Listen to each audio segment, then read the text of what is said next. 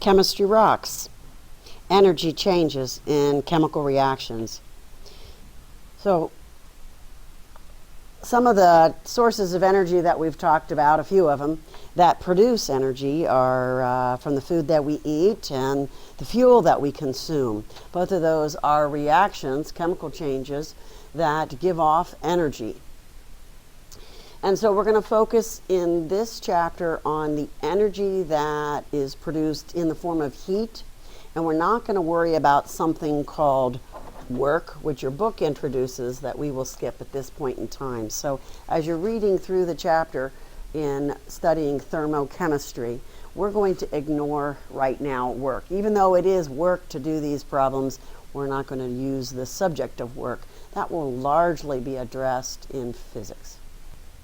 So far, to this point in time, when we've been calculating heat energy, we've used the symbol Q. And because of the fact that we are not looking at the concept of work, we can actually say that Q actually equals the change in enthalpy of a chemical reaction.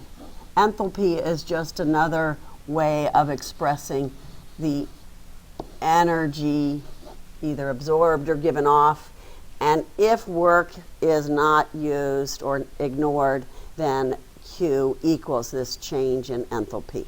So we can almost say that they are essentially the same. So likewise for endothermic reactions, when we said that Q was positive for endothermic changes, we can say that delta H is also positive for endothermic and likewise negative for exothermic reactions. So we have a chemical reaction here on the board with gasoline. This very exothermic reaction is the energy that is produced that then allows our car to function. So where does that energy come from? It turns out that it's stored within the molecule. That here within the molecule is stored within the bonds of that molecule of gasoline is energy. And how we release that energy is by burning the gasoline. We'll get into some of the specifics in this podcast and others in a later podcast. So we're going to look at a couple of reactions. Some of these are found in your textbook, and look at how we can interpret information given on the reaction. So this reaction here is the synthesis of mercury 2 oxide from the elements of mercury and oxygen. In this reaction, we have to first look at the information given and the fact that on the product side is an energy term. Now, back in the earlier part of the year, when we decomposed baking soda, I asked you to put energy on the appropriate side of the equation. If energy was given off, it would be considered a product. And if it was absorbed, then the energy would be considered a reactant. So in this case, looking at this position of the energy quantity, 181.6 kilojoules on the product side, that tells us that the reaction is exothermic. And since exothermic reactions,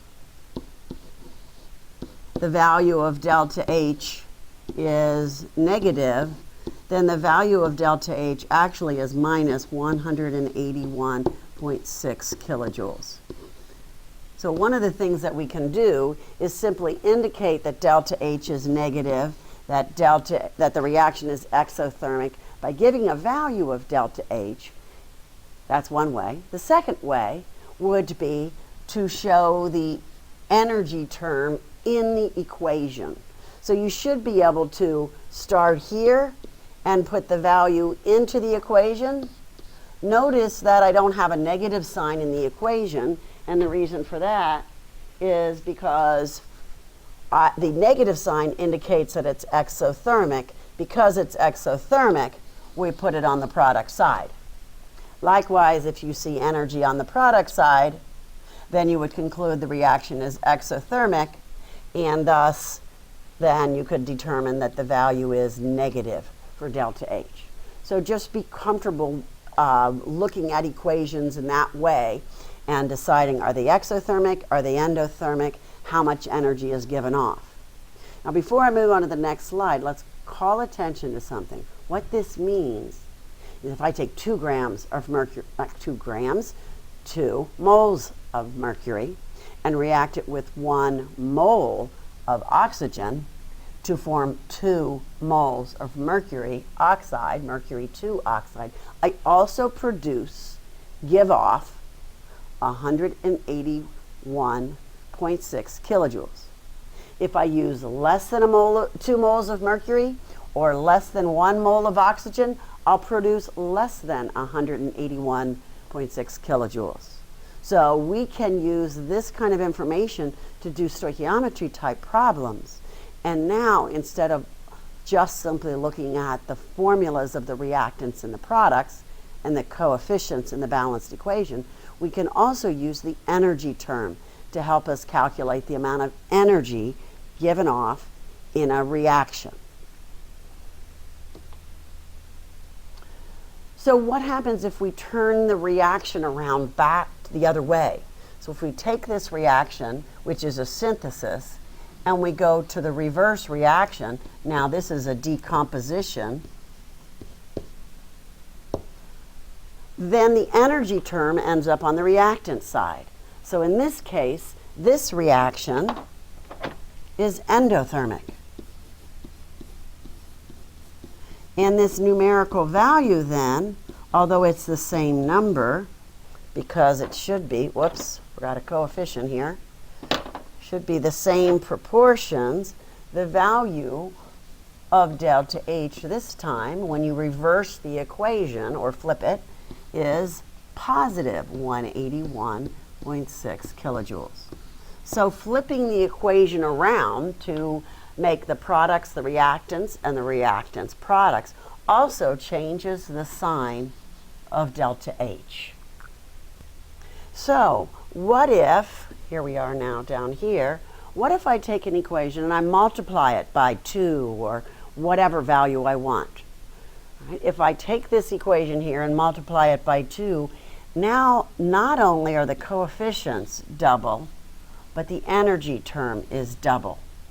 All that means, whoops, I see a problem here. Let's correct this right off the bat. That was supposed to be a 2. So then this should be a 4. All right, now I think we're straight.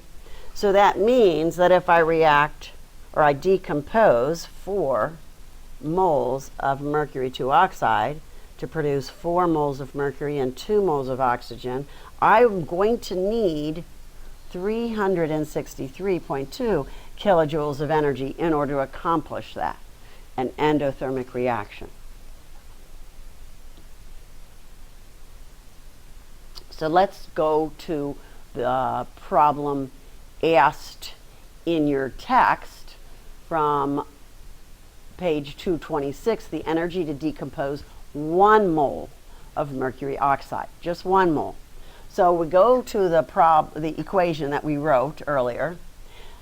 The book says it's negative, but since I've flipped the equation around, I've put the energy term on the reactant side. Delta H is a positive 181.6 kilojoules, meaning that it's an endothermic reaction and meaning that energy is added.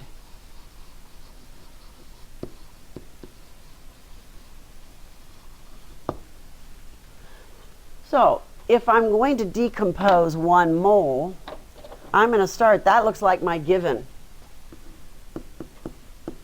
So I'm going to take my 1 mole of mercury oxide and put it over 1. And since what I want to know is how much energy is formed, I've got to use a ratio. Since I'm already in moles, I don't have to go from grams to moles. I'm in moles. So I'm going to use a ratio of the relationship between mercury oxide and this energy term. So according to that, for every 2 moles of HGO, mercury 2 oxide, 181.6 kilojoules are needed. Do the math pretty quickly, and you come up with 90.8 kilojoules as the answer. That's how simple that first question was. Is it positive or is it a negative value? Well, since the reaction is endothermic, it would be a positive 90.8 kilojoules. Now, this question wasn't asked on the homework, but what if the problem was changed and instead of starting with 1.00 moles of mercury oxide, you started with 43.3 grams of mercury oxide? Think about and lay out a plan of how you would do this. Pause the podcast, think about it, and then come back on. Hopefully your strategy was to take the grams of mercury oxide and use the periodic table and go to moles of mercury oxide. Once you have the moles of mercury oxide, then you can use the balanced equation and calculate the kilojoules of energy given off or absorbed, depending on the problem. If you do this, your answer should be 18.2 kilojoules. And would that be energy absorbed or given off? Well, since the reaction is endothermic, it would be a positive value of energy. And this next problem here is pretty similar. We have a problem that says we're going to get tin metal out of, so that's on the product side, out of this reaction. The reaction we can see has an energy term on the reactant side, so it is an endothermic reaction. Delta H is positive. Energy is absorbed. So the question is, how much energy is required to extract 59.5 grams of tin? Hopefully you've worked out a strategy. Pause the podcast before going on.